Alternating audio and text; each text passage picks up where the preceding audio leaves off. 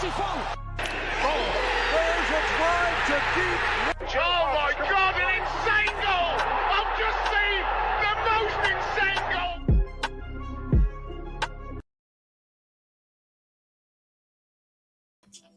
goal! What up, what up, what up? We are back again for another edition of In the Zone with Zeb. Are you ready to have some fun? Got a great show for you guys this week. A little bit more prepared this week than I was last week, believe it or not. Oh man, it's great to see everybody in here. This is a little bit of what we're going to get into. Let me take that off for now. Didn't want that up there yet, but shout out to all the mods in the building. Appreciate everybody. Sorry for being a little bit late, but we are here. We are here. We made it. Don't worry.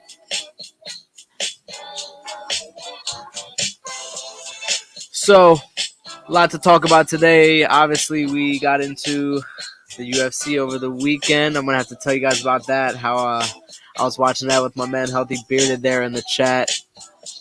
A lot of surprises in week one NFL football. Sheesh. Guys, in the chat, go ahead and give me a thumbs up if you're ready to go ahead and get some of the sports news today. Like I said, week one in the NFL was crazy.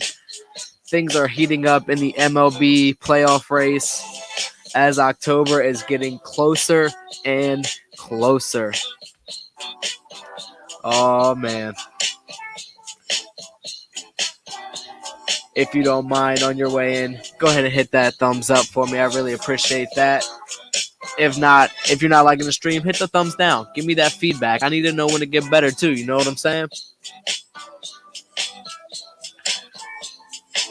How we feel about the funk vibes? Huh?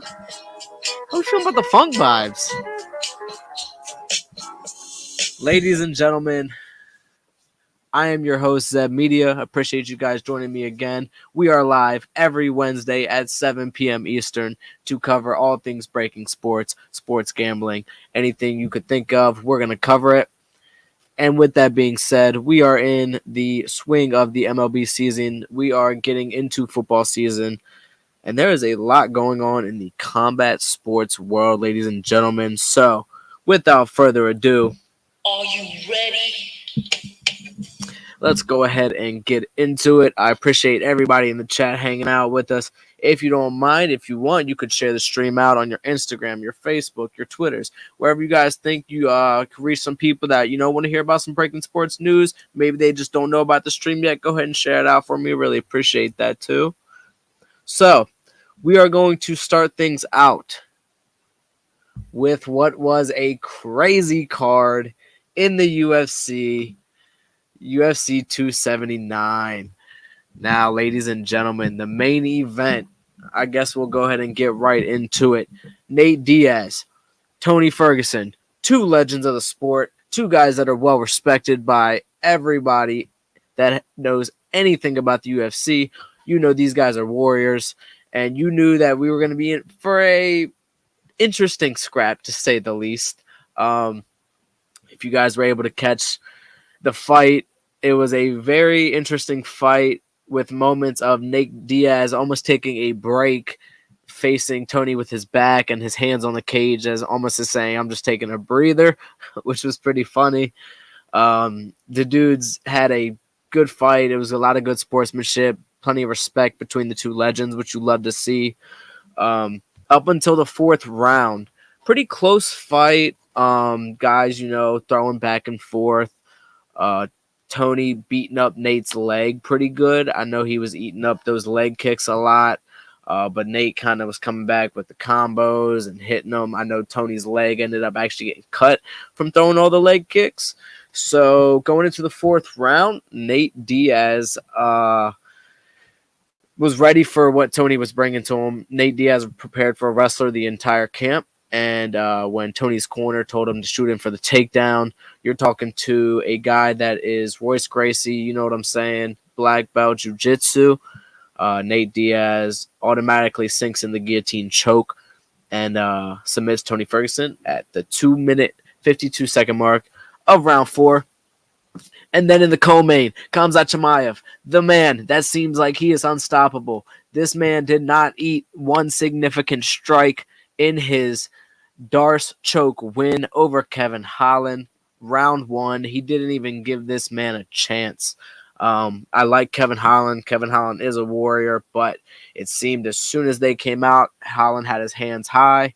Chimaev automatically shoots right in for the takedown. And after that, it was kind of a wrap. Holland was able to scramble for a little bit. Ultimately, Chimaev got the back and then worked his way around to get the Darce choke at the 2-minute 13-second mark of round 1. We got Daniel Rodriguez defeating Li Jingliang in what was a questionable split decision. It was a close one. Can't get mad at it either way. And then a surprise result here in the Irene Aldana Chiasson fight.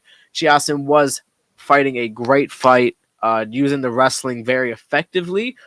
In the third round, standing up, scrapping with Aldana, eats a up kick from Aldana, was grounded on her back, throws a leg kick up into Chiasson's midsection, hits her like right in the liver area.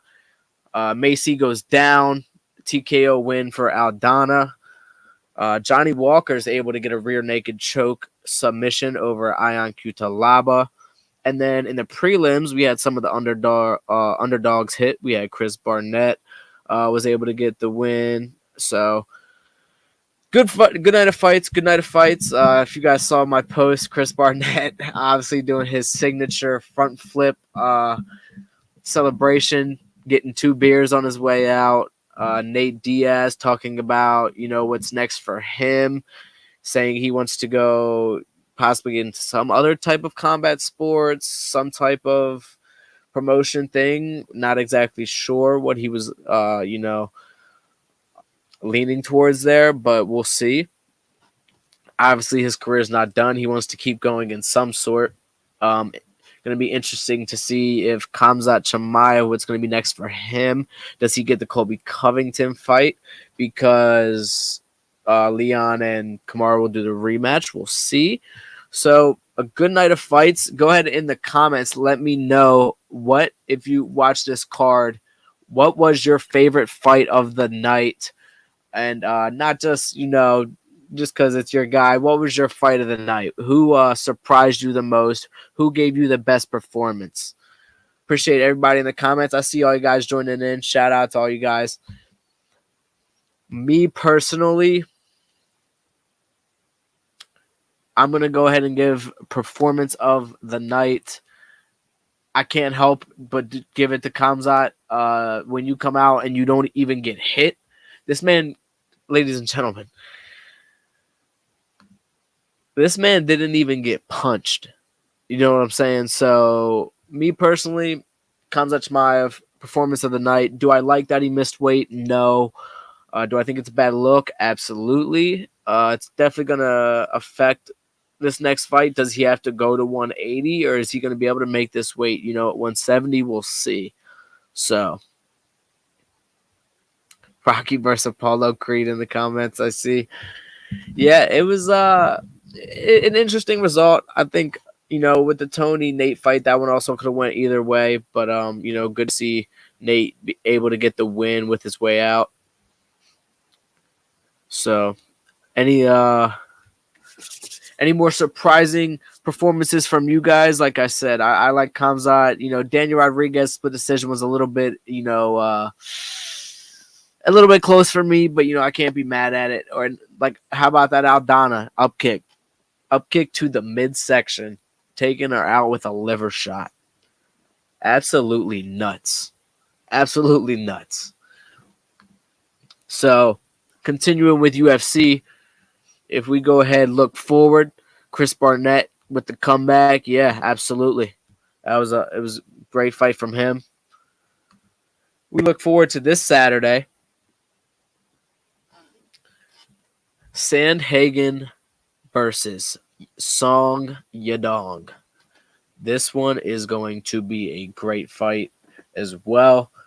The card a little bit less interesting, but what can you say? That's pay-per-view and fight night. Still some great fights here to look out for.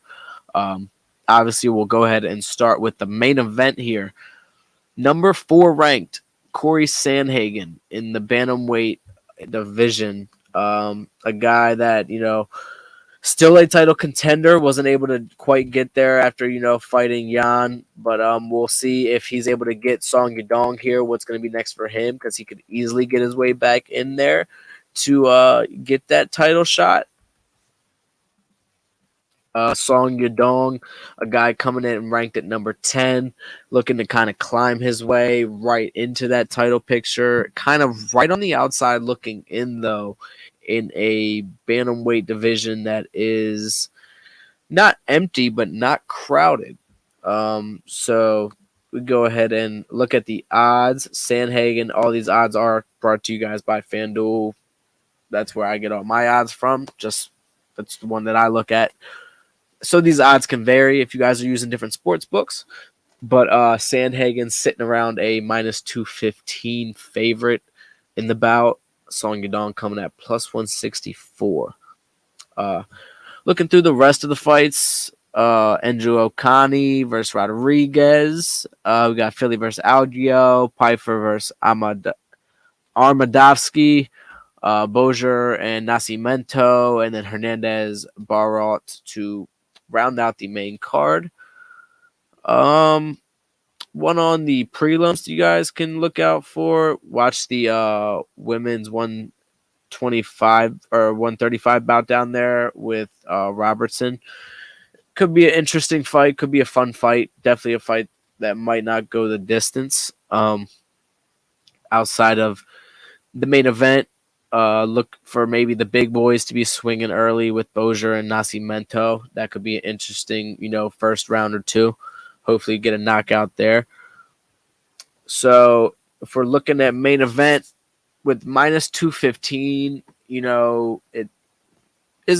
a little bit harder to ride with Sandhagen, but that's who I'm going with. I think Sandhagen gets it done. I think there's even a chance he gets the finish. So if you guys are feeling risky, you can go ahead and, even up your odds a little bit. Go ahead, bet on him to get the finish. You can bet on him to go by knockout, submission, whatever you're feeling. That would bring Sandhagen's record now to 14-4, where he's sitting at. If he could get this, he jumps back up to 15-4, right back in the title fight contention. Song Yadong looking to get his 20th win. So good night of fights. Some, a lot of guys that are, not ranked, so they're going to be looking to put on a performance, looking to get those finishes, to kind of get their names on the map. So that's where we kind of find these really exciting cards. It's kind of sometimes the guys that aren't always the top ranked guys that got to feel each other out. These guys, kind of come in looking to make a name for themselves. So we could definitely see an exciting night of fights. You guys go ahead in the chat. Let me know. Are you guys looking forward to this night of fights? Is it a complete dud of a card for you? Are you not even going to bother watching it? Or is there a fight on here that intrigues you? Go ahead and let me know. I will definitely at least be watching to catch the Sandhagen Song fight.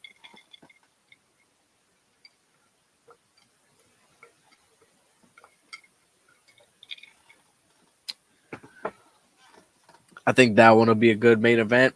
Maybe just try to catch it for that. But yeah, let me know if you guys, is this a pass for you? I know typically, for people that are also anyone that's for a diehard fan, yeah, you're going to be watching every card, but maybe if you don't know as many guys, you kind of only tune in for the pay-per-views or anything like that. So bring it back here. Interesting night of boxing coming up this Saturday too. UFC, not the only guys that'll be putting on a card. One of the most well-known boxers will be making his return this weekend, and Canelo Alvarez. So we're going to get ready to talk about that next, the return of Canelo Alvarez versus Triple G. Go ahead and say and pass. I see. Go ahead and throw a little beat on in the background here. So some of the people are kind of saying pass on the card this weekend. Hey, you guys think? Okay. I understand. Yeah, we're going to go ahead and get into this boxing talk here. Going to be a great night of boxing as well. Go ahead and pull this one up. We got the card right here.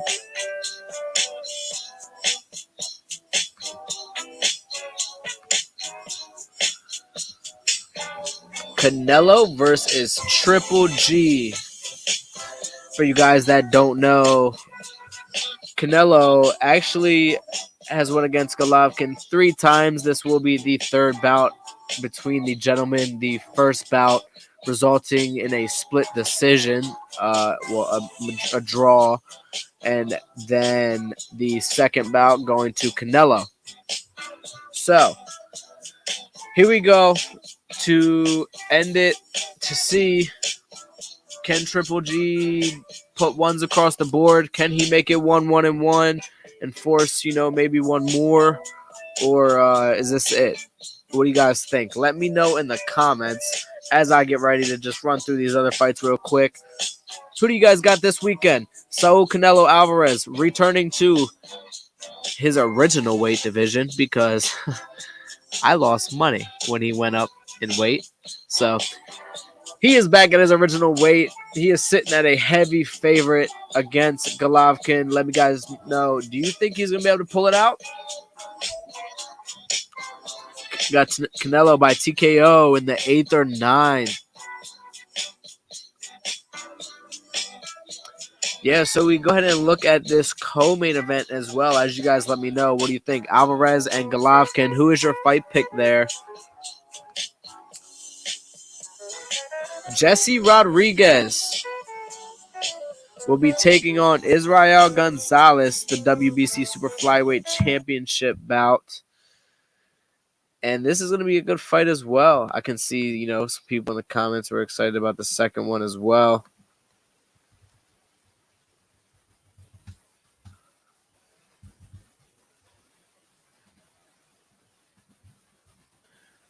Go ahead and let me know. What are you guys thinking? It looks like majority of the people are riding with Canelo so far. Rodriguez versus Gonzalez going to be a good fight.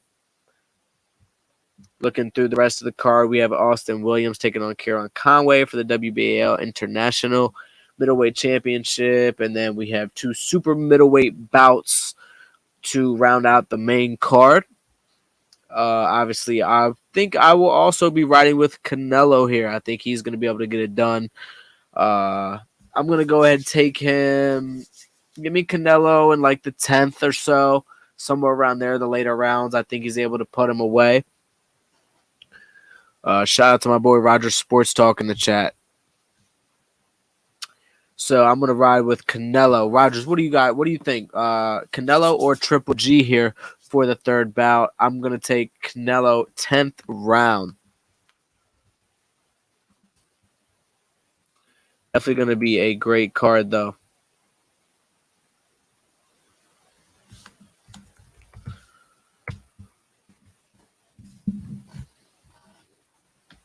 Let's go ahead and bring up the...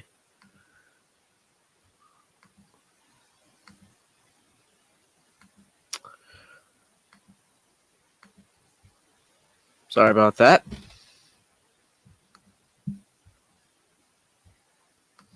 So Canelo currently is sitting at a heavy minus 500 favorite against Triple G, who is sitting at the plus 380 underdog. So if you're looking to go underdog heavy, then you could ride with Triple G. I'm not telling you it's going to come true. I'm going to go ride with the safe bet Canelo for the money, and I think you could even take him by a finish. So,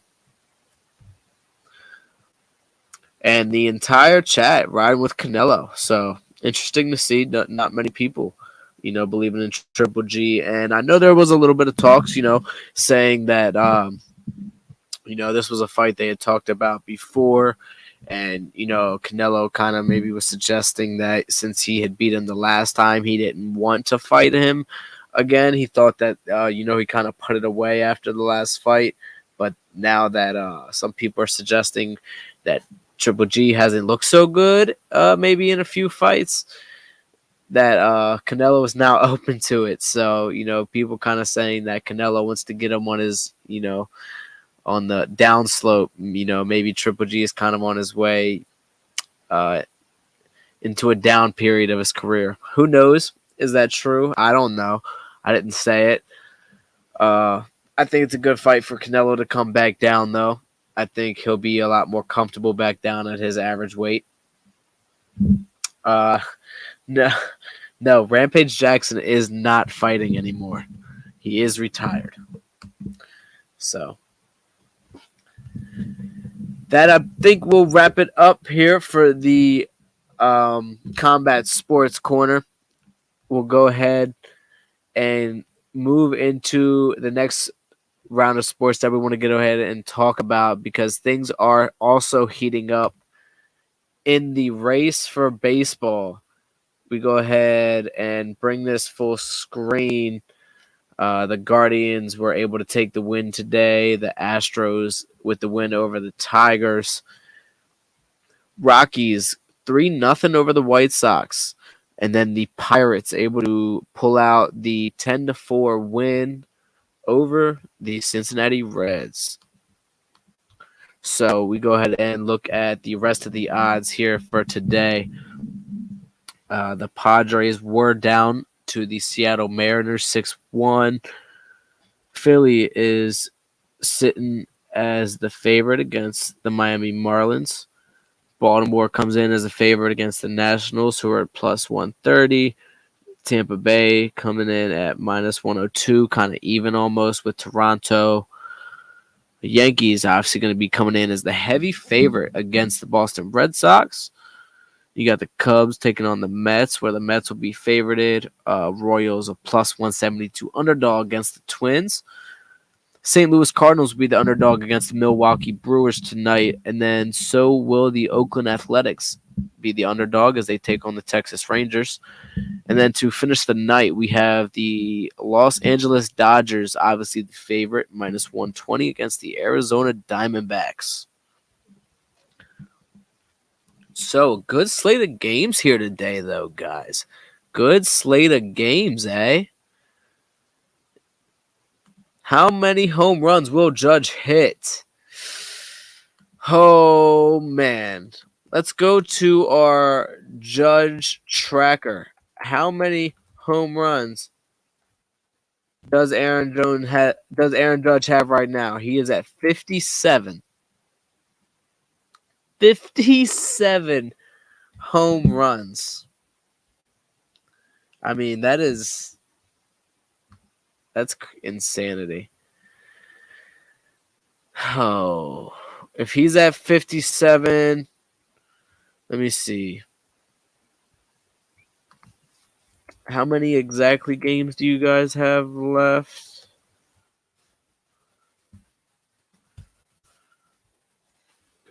Schedule. Now, I want you guys to take a second and realize, even if you're not a big fan of baseball, with this Aaron Judge thing, we are literally witnessing history. This is a thing that people have not seen or done in a long time. It's been years since someone's been able to keep up with a pace at this.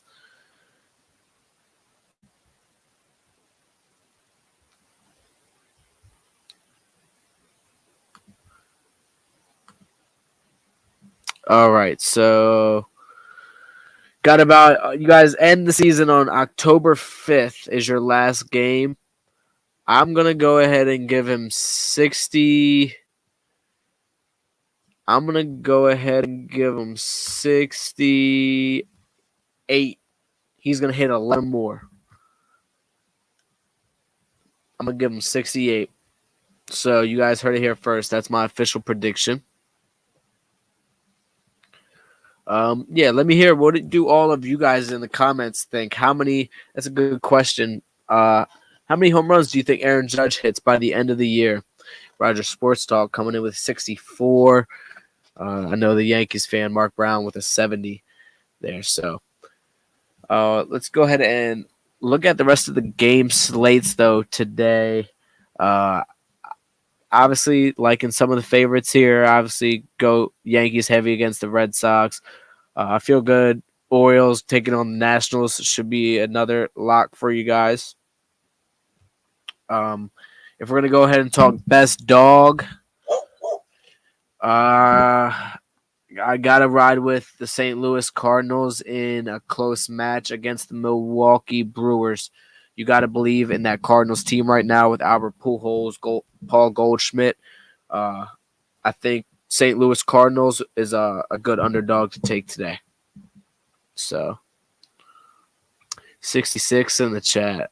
Okay, so averaging, around everyone's thinking, mid 60s to 70 around there. So okay. Yeah, okay. Playoffs. We want to talk playoffs. We can talk playoffs. Let's go ahead and bring up the postseason picture here. Currently, obviously, the LA Dodgers and the Houston Astros sitting at the number 1 seeds. Both of the New York teams bringing the number 2 spot, that being the Yankees and the Mets. St. Louis Cardinals coming in at number 3, as well as the Guardians in the AL. Blue Jays would be number 4 for the AL, as would Atlanta for the NL. Then you have the Phillies and Tampa Bay in the 5 seeds. And rounding it out, you would have Seattle in the 6th and San Diego in the 6th. How do you guys think these seedings are going to line up and last through the rest of the year? Go ahead and let me know. Who do you guys think is locked into their seeds? Who's your locked in for their seed? I like LA and Houston to kind of stay at number 1. I think I kind of like the way these seedings are falling actually for the top spots at least the number 1 and 2 seeds. I could see, kind of finishing it out there.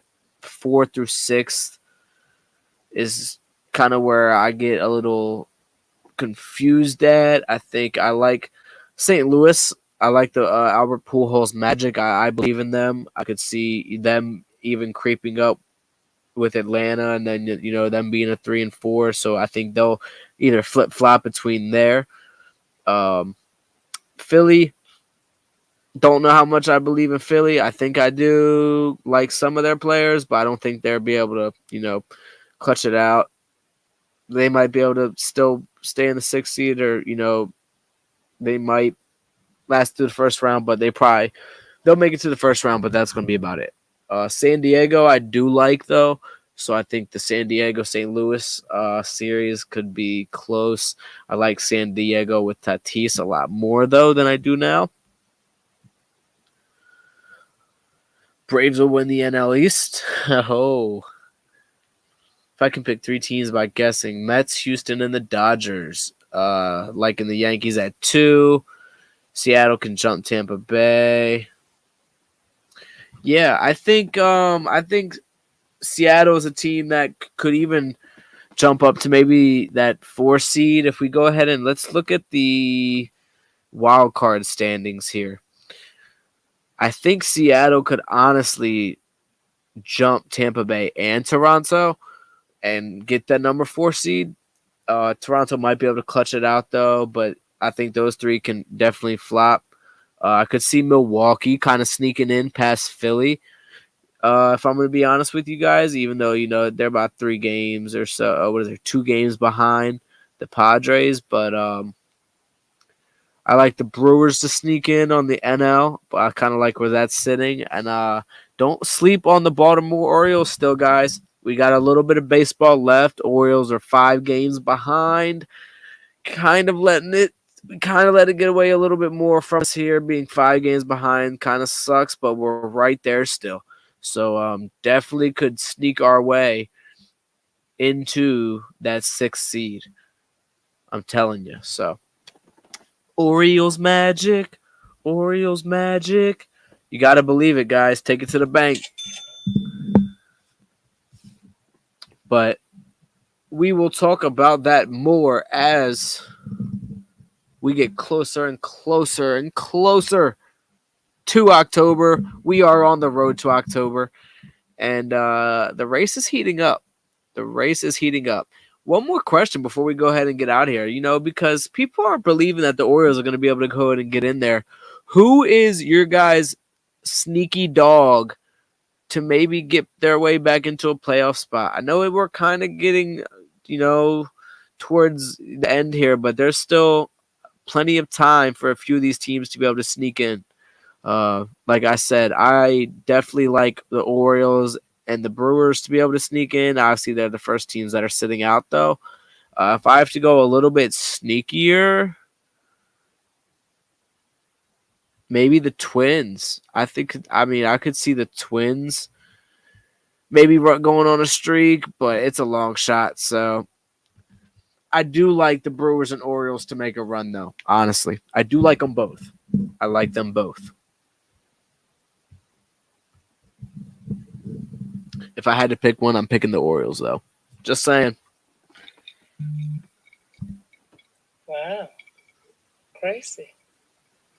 You're crazy, girl. That's what they say to me when I think that the Orioles are going to make the playoffs. They say I'm... Wow. Crazy. You're crazy, girl.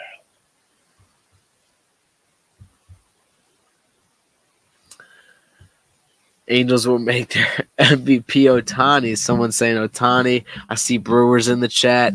Shout out to my man Dan C. I think it's locked at this point. Only the Brewers with a shot. Yeah. I like the Brewers, but I'm gonna go ahead and throw the Orioles. I gotta say, hey, we could hit that Orioles magic one more time and make a run. I'm just saying.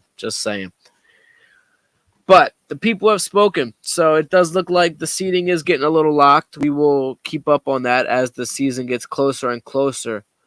But it is time to talk about NFL football. Are you ready? Here we go, ladies and gentlemen. We will talk about the upcoming games this week. Los Angeles taking on the Chiefs tomorrow night. Are you guys ready? Are you guys ready for that? Because last week's games were completely insane. Looking back at last week's games, we had a lot of upsets. Probably more than most people were actually thinking we were going to get. Obviously, Monday night, Broncos country. Oh, no. Seahawks country. Let's fly. Sorry, Broncos country. I had to do it to you. But what a game by the Seattle Seahawks, by Geno Smith, able to edge out the Denver Broncos at home, 17-16. If you were watching the pregame, all the analysts were betting against the Seahawks. I was betting against the Seahawks. America was betting against the Seahawks, and they came out and proved to everyone why anything can happen on any given Sunday. If we look back through the rest of Week 1 real quick, Buccaneers handling business against the Cowboys, Chiefs as well as against the Cardinals. The Chargers able to edge out a touchdown victory against the Raiders. The Vikings actually beating the Green Bay Packers, their divisional rival, in Week 1. Sorry, Rodgers, but, well, my man Rodgers and Aaron Rodgers, I guess. But perhaps the Minnesota Vikings era is beginning. Then we go to another upset, the Giants over the Tennessee Titans. That took me out of my Eliminator League, ladies and gentlemen. So I wasn't very happy about that one, but it is what it is. Lions are favorited this week. Yep. Broncos losing is like Bruno. What a terrible call to go for a 64-yard field goal with your QB that you paid for. Glad somebody brought that up too, man. What a call go ahead and let me know in the comments. What do you guys think about the call by Nathaniel Hackett to go for a 64-yard field goal on the 4th and 5 after running the clock down? Oh, Tyson, appreciate it, man. Shout out to Copper John's beard, man. Appreciate that. Yep.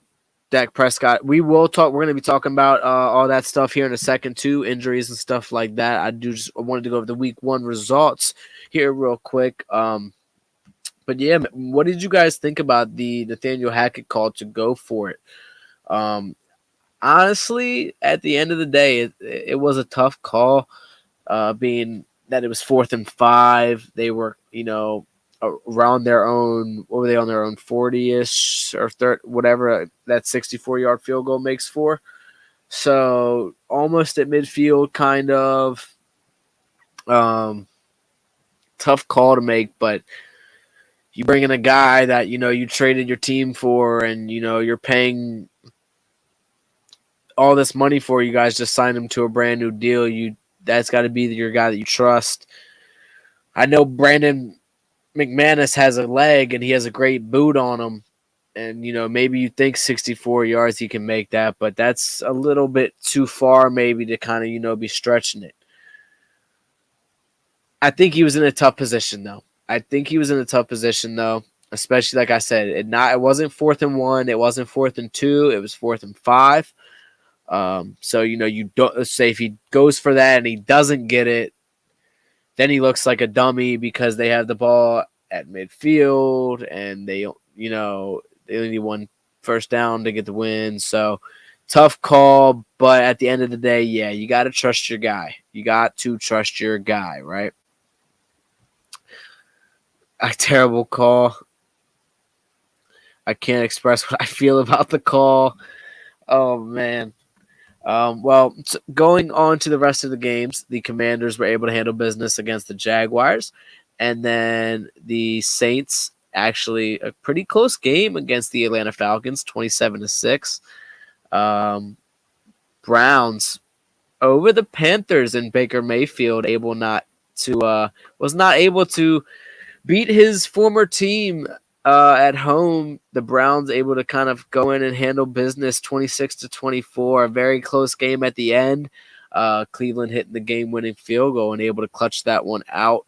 The Patriots were handled by the Dolphins pretty handedly. Bears with a pretty big upset, 19-10 over the 49ers. As I go over the rest of these games, and we're talking about all these upsets, in the comments, let me know, what was your most surprising upset from week 1? Was it the Seahawks over the Broncos? Was it the Bears able to get their win over the 49ers?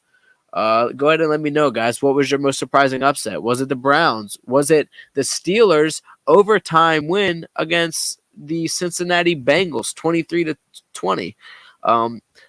The Eagles were also able to beat the Lions by a field goal. And then obviously the Bills on Thursday night handled business against the LA Rams, 31-10.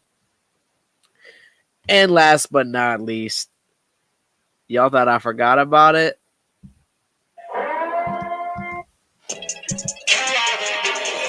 Ravens started out with a dub. You already know what it is. Shout out to my Baltimore Ravens flock, baby. This is how we wanted things to start out. We are 0-1. Lamar Jackson. Oh, he dropped back.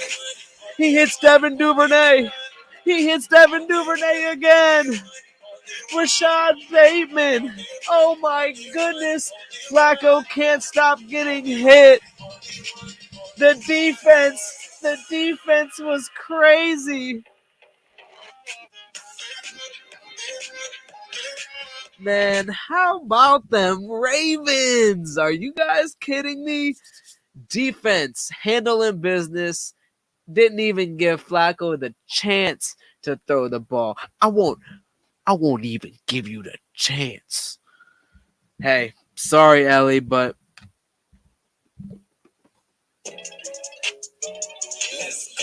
we got to do what we got to do. We handled our business. Lamar Jackson, 3 passing touchdowns. Oh, it felt good. It felt good to start the season out with a win. So, It felt great. Hey, easy on me in the comments. Joe Flacco means a little bit more to us than what he means to all of you guys, okay? um, but let's see what some people said their most surprising wins were of the week. Uh, Seattle over Denver or Pittsburgh over Cincinnati. Steelers or the Bears, most surprising. Pittsburgh over a lot of people saying Pittsburgh was surprising to beat the Cincinnati Bengals, huh?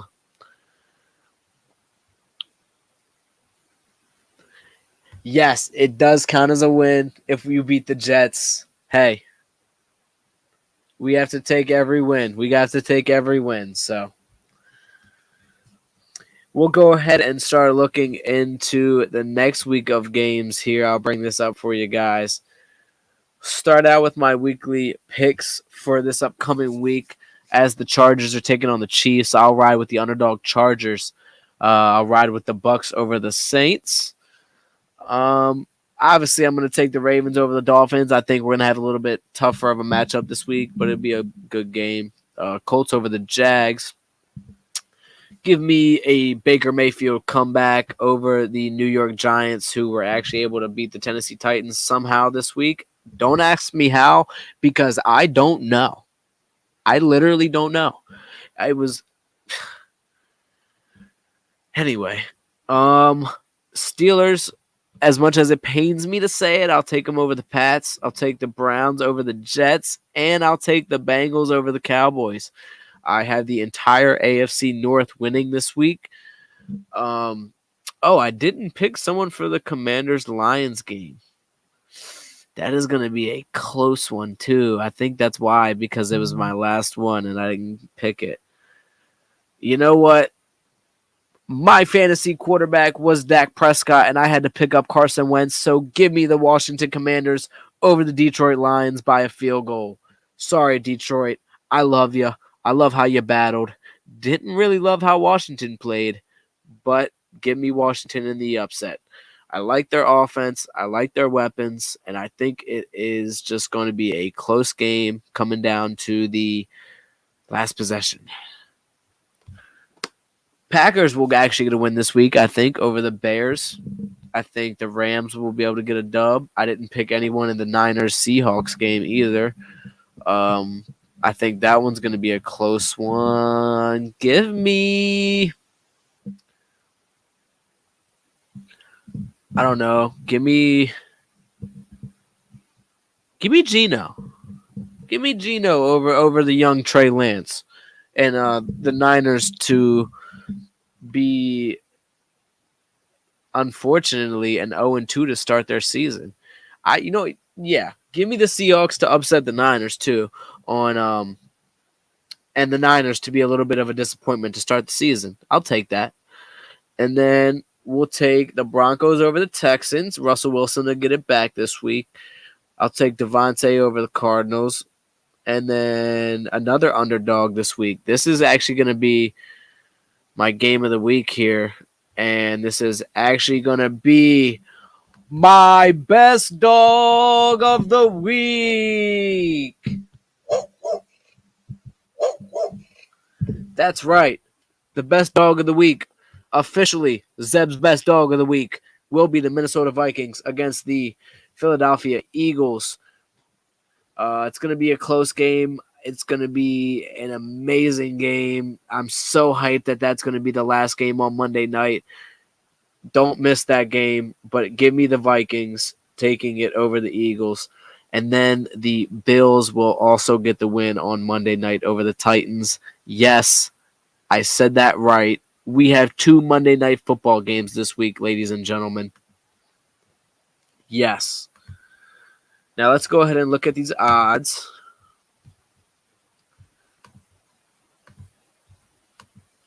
Go ahead and bring this up here.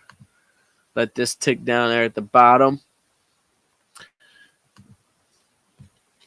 So, if we look, best dog of the week, Minnesota Vikings. are sitting at over plus 100 against the Eagles.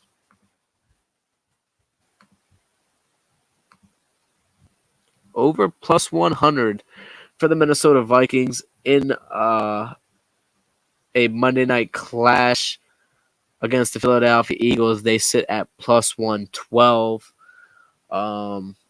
We look through the rest of these matchups. Liking a lot of the favorites this week. I like the Panthers as the underdog over the Giants. Definitely going to be looking at a lot of the spreads this week. I'll take the underdog Commanders over the Lions. Give me the underdog Chargers over the Chiefs, actually. So we were getting some underdogs here. While I have these odds displayed for you guys. Appreciate it, Rogers. Thanks, brother. Yeah, so we'll go ahead and just get into these odds a little bit. All the odds are scrolling down there at the bottom, so you guys can kind of catch up on that. NFL odds, MLB, all that type of stuff. But I do want to show this. So, real quick disclaimer. I'm not giving you guys any financial advice. I am not encouraging you guys to gamble. I'm not telling you to gamble. If you or anyone else you know has a problem, 1-800-GAMBLER is the hotline, and that's not a joke. That's actually me being serious, guys. If you know anyone that needs help, that is the line to reach. So I'm not giving you guys any financial advice here. I'm not telling you to bet. This is all just, purely hypothetical. This is all just talking odds. So I am going to start cooking up Zeb's parlay of the week. If you go ahead and check out the parlay of the week here, it is a 6-legger, and it is a big payout. It sits at plus 2202, plus 2,202. You're going to go ahead and take the Los Angeles Chargers alternate spread to plus 7.5. Then you're going to go ahead and take Tampa Bay at the spread. They're sitting at minus 2.5. Take the Carolina Panthers money line over the Giants. Then we'll ride with the alternate spread these last 3 games as well. We'll go minus 6.5. Cincinnati over the Cowboys, minus 6.5 with Buffalo over the Titans. And then for the last leg, we're going to take Seattle alternate spread plus 14.5 against the San Francisco 49ers. So six legs, you guys stack this up to sit at plus 2202. That is looking at a $5 for $110 payout. So hypothetically, what do you guys think about these odds? Go ahead and let me know. Do you think this is a good parlay? Do you think it is a bad parlay? What leg of this parlay do you think busts? What do you think out of these 6 legs, which is the leg to bust? Go ahead and let me know in the comments.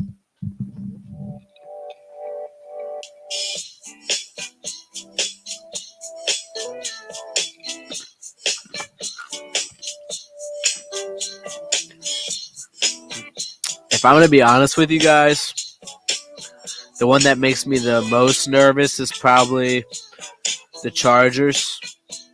Just because, the Chiefs can always pull something out. But I see that being a close game. And the Carolina one makes me a little bit nervous too. I don't know why. Just because I picked against the Giants last week in the Eliminator, and they eliminated me. So that's probably why I'm a little nervous about them this week.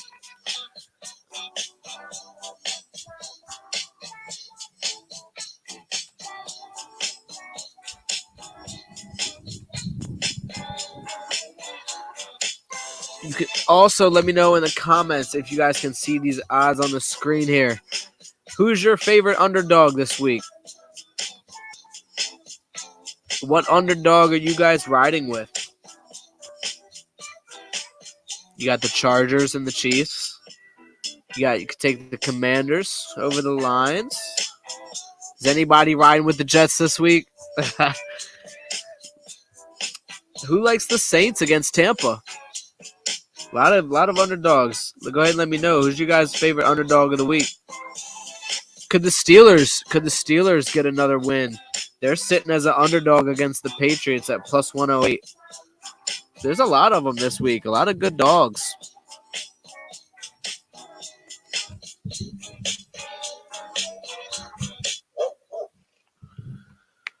Oh man, go Broncos and Jets. Chiefs are at home. Yep. So we'll go ahead and take Zeb's parlay of the week down. Like I said, guys, 6 legs plus 2202. Looking nice. Looking nice.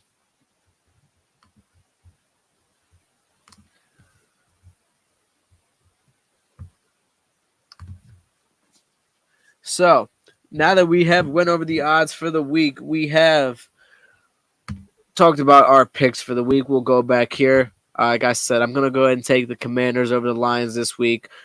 We'll also take the Seahawks. Give me the Seahawks. Give me Geno Magic. Why not?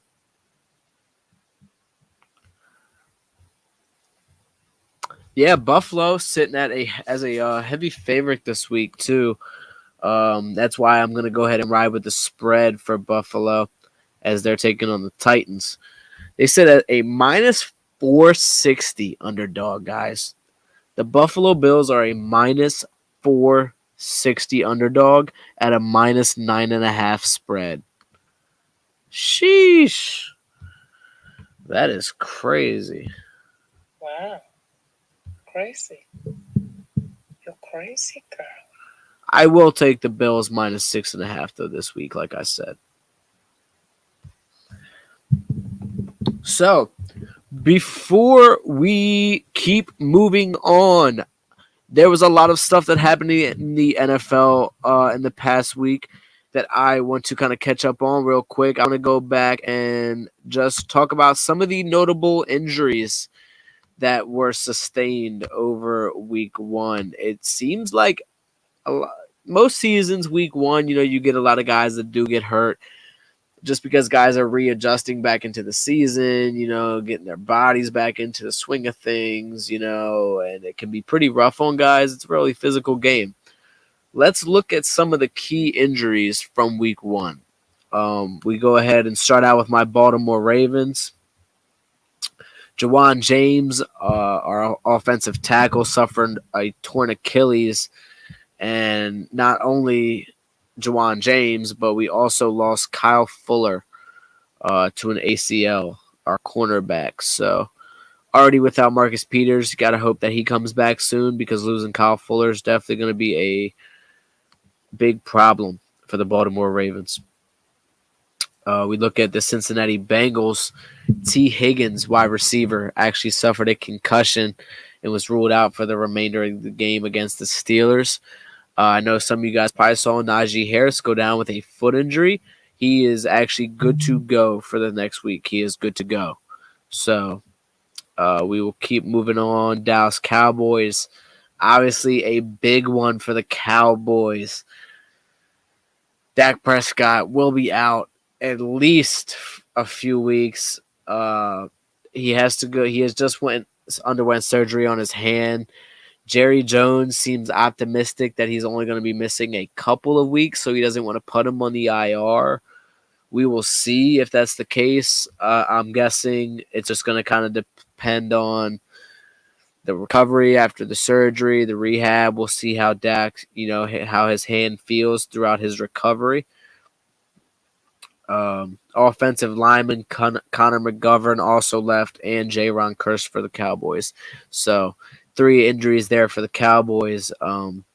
If we look at the Green Bay Packers, they lost their guard Joe Runyon to a concussion, which another guy off the line. That is a line that is still without David Bakhtiari, linebacker Quay Walker, and linebacker Chris Barnes also suffered injuries.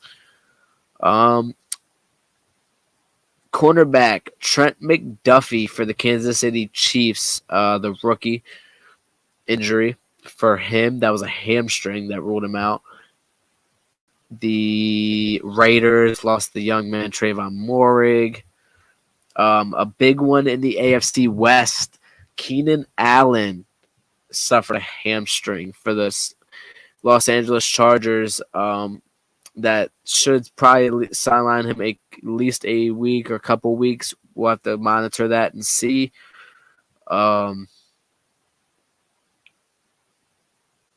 Mac Jones, I'm sure you guys saw, had suffered a back injury.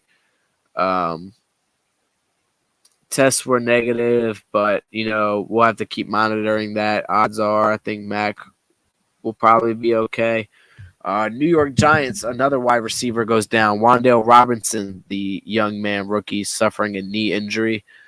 The biggest one for the Steelers, obviously, the league's arguably best pass rusher, TJ Watt. Sorry, Steelers fans. It's like, just kidding. I hate to see it.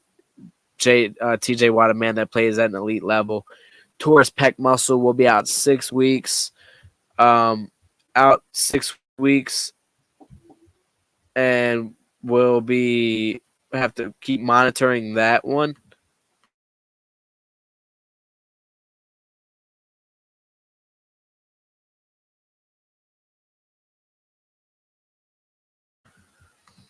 We'll have to keep monitoring that one.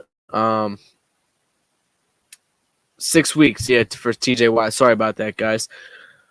TJ Watt will be back, though, at least before the end of the season. So, he'll be able to come back around the midseason mark or somewhere around there. San Francisco loses their running back, Elijah Mitchell, to a knee injury. That's a big one. So if you guys are looking, for running backs in fantasy leagues or things like that, you can look at Jeff Wilson, the guy for the 49ers.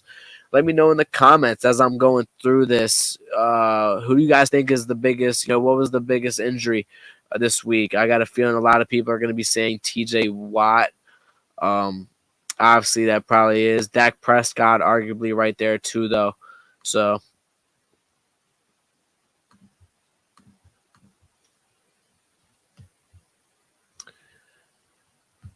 all right.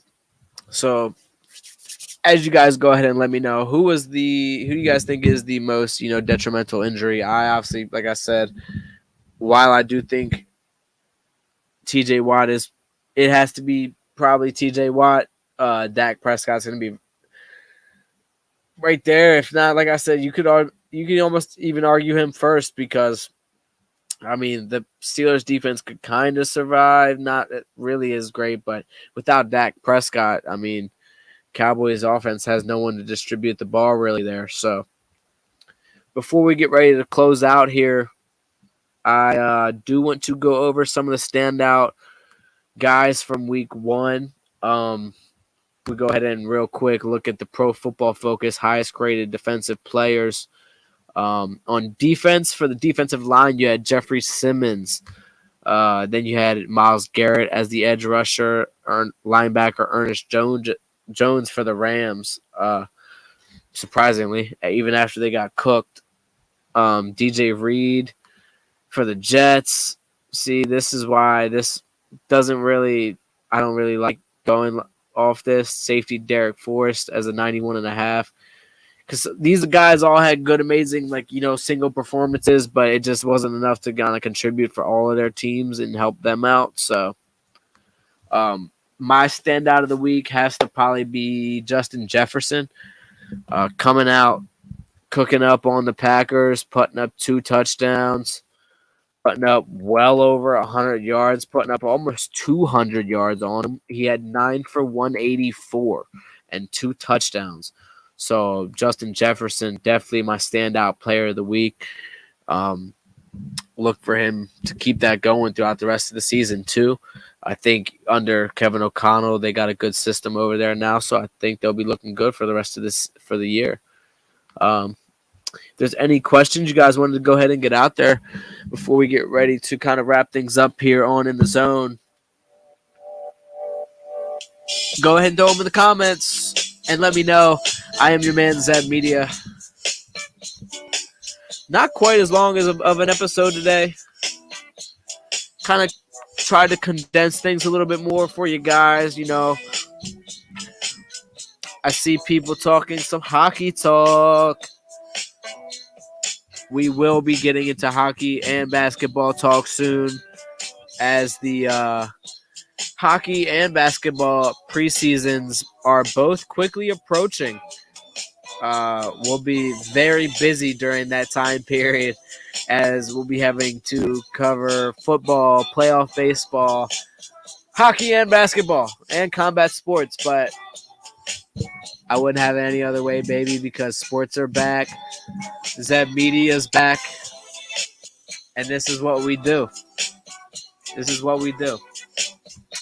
I believe the preseason for hockey starts at the end of September.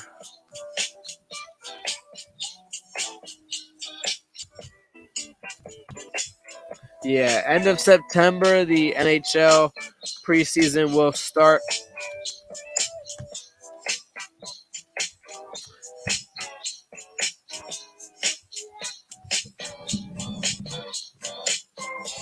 As will the NBA preseason.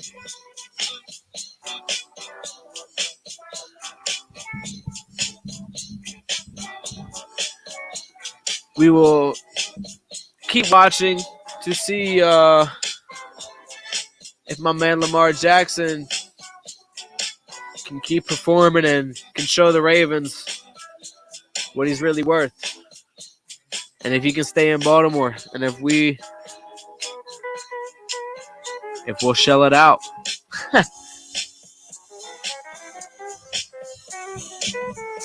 But appreciate you guys tuning in. Some of the latest breaking news from the sports world as we get on our way out of here.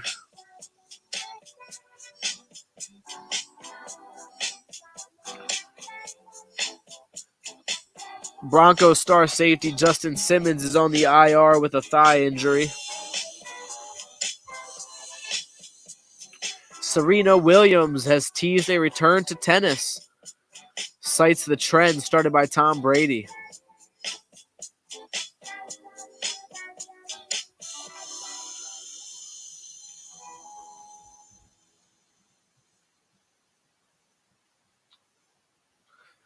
All right, ladies and gentlemen, I think it's going to get about time for us to get ready to roll.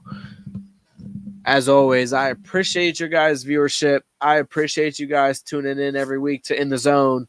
Next week, we'll be back with more NFL talk. We'll be back with more on the road to October. We're getting really close. The MLB season is almost over. We will keep tracking as the postseason approaches. And NHL and NBA is coming up, ladies and gentlemen. With that being said, I hope you guys get to watch UFC Fight Night this weekend. I hope you guys get to watch some football. I hope you are still watching baseball. And I hope you will always be watching In the Zone with Zeb. Shout out. Appreciate you guys. And until next week, Wednesday, 7 p.m. Eastern, it's your boy Zeb. Oh, he broke his ankles. Goodness. Out of nowhere. There's a drive to deep